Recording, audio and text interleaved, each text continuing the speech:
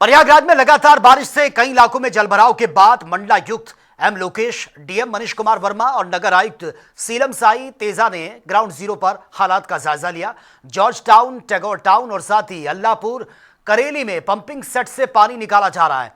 वहीं डीएम ने यह भी कहा कि गंगा यमुना का जलस्तर बढ़ा हुआ है, लेकिन दोनों नदियां अभी भी खतरे के निशान से नीचे हैं। तो वहीं कोराव में बेलन नदी में बढ़ते जलस्तर से प्रभावित ग्रामीणों को एनडीआरएफ की मदद से सुरक्षित स्थानों पर पहुंचाया गया। प्रशासन ने आपदा तंत्र और कंट्रोल रूम को पूरी तरह से अलर्ट कर दिया है। हमारे संवाददाता एसएम आमिर की एक बार ये ग्राउंड रिपोर्ट देख लेते हैं। संगम नगरी प्रयागराज में लगातार हो रही बारिश के कारण शहर की सड़कों पर जल भराव देखने को मिला है, जिसके कारण लोगों को काफी परेशानी का सामना करना पड़ा है। चाहे वो करेली हो या फिर जॉर्ज टाउन इलाका, लोगों के घरों में पानी घुस गया है, जिससे लोग घरों में कैद हुए हैं। फिलहाल सड़कों पर निकलकर मंडल आयुक्त प्रयागराज एम लोकेश और जिलाधिकारी प्रयागराज मनीष कुमार वर्मा और नगर आयुक्त सीलम साई तेजा ने संयुक्त निरीक्षण किया है।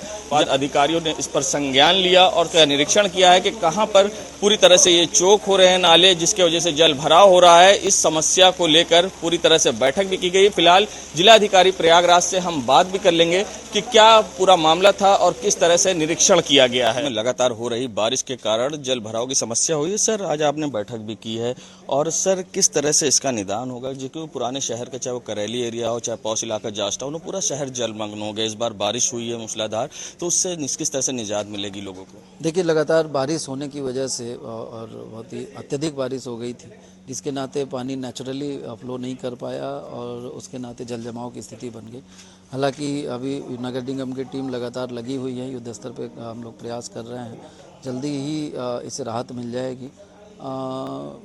जो ड्रेनेज हमारा सिस्टम है उसको भी हम लोग रिव्यू कर रहे हैं, क्योंकि काफ़ी पुराना ड्रेनेज सिस्टम है और इसको अगर उसकी क्षमता और वृद्धि की आवश्यकता होगी तो उसको भी हम लोग कराएंगे, ताकि स्थायी रूप से इस समस्या का समाधान ढूंढा जा सके। जिस तरह से बारिश हुई है और जो बाढ़ का पानी भी पहाड़ी इलाकों से आ रहा है, उसके लिए क्या तैयारी की गई है और आपदा का जो रूम बनाया जाता है हर बार, और इस बार शिविर, क्या उसकी तैयारी है? देखिए, गंगा और यमुना का जलस्तर अभी भी खतरे के निशान से नीचे चल रहा है। बेलन नदी हमारा कोराव तहसील में है, जिसके नाते थोड़ा वहाँ पे जल स्तर बढ़ने के नाते कुछ गांव प्रभावित हुए हैं, लेकिन वहाँ से आबादी को सुरक्षित शिफ्ट करा दिया गया है और उनकी सारी व्यवस्थाओं का ध्यान रखा जा रहा है। गंगा यमुना किनारे जो हमारे गांव और शहरी इलाके हैं उनमें अलर्ट जारी किया गया है। लगातार हम लोग मुनादी करा रहे हैं, जैसे ही पानी बढ़ता है हम लोग सुरक्षित उनको बाढ़ चौकियों पर शिफ्ट करा देंगे। सारी व्यवस्थाओं की मॉनिटरिंग के लिए कंट्रोल रूम बना है जो 24/7 सक्रिय है। उसमें सारे विभाग के अधिकारी उसमें ड्यूटी लग रही है, जिससे कि कहीं पे कोई शॉर्ट नोटिस पर सूचना का प्रसार प्रचार करना हो या फिर किसी को मदद करना हो तो इस नंबर को भी पब्लिक डोमेन में जारी किया गया है और काफ़ी इसका व्यापक प्रचार। एक आखिरी तरह से दावे करे थे सर, और जिस तरह से जल भराव हुआ, समस्या हुई और इसमें जो लापरवाही जिनके द्वारा की गई उन पर किस तरह की कार्रवाई? देखिए, ये हम लोग स्टडी करा रहे हैं, क्योंकि अभी मानसून सीजन काफ़ी निकल गया है। आप पिछले जितनी भी बारिश हुई उसमें इस तरह की जल जमाव की स्थिति नहीं बनी थी और पानी आसानी से ड्रेन आउट भी हो गया था। अभी 3 दिन पहले भी भारी बारिश हुई थी, लेकिन पानी निकल गया था।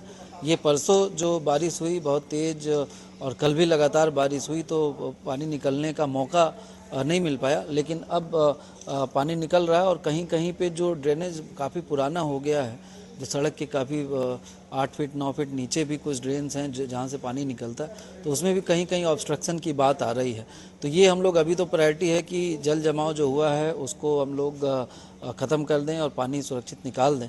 उसके बाद ये फिर इसमें एक विचार विमर्श होगा कि कहाँ चूक हुई। अगर कोई चूक हुई है तो कार्रवाई होगी, नहीं तो इसका अस्थायी समाधान कैसे होगा, इस पर हम लोग कार्य करेंगे। Thank you. हमारे साथ जिलाधिकारी प्रयागराज मनीष कुमार वर्मा जी थे, जिन्होंने बताया कि किस तरह से अस्थायी समाधान पर पूरी तरह से नज़र बनाई जा रही है और कहीं अगर चूक हुई है तो इसमें जो लापरवाही कर रहे हैं अधिकारी उन पर भी कार्रवाई होगी। मगर बाढ़ को लेकर भी पूरी तैयारी कर ली गई है, कंट्रोल रूम बना लिया गया है और शिविर को भी चिन्हित कर लिया गया है कि आने वाले समय में किसी को किसी प्रकार की समस्या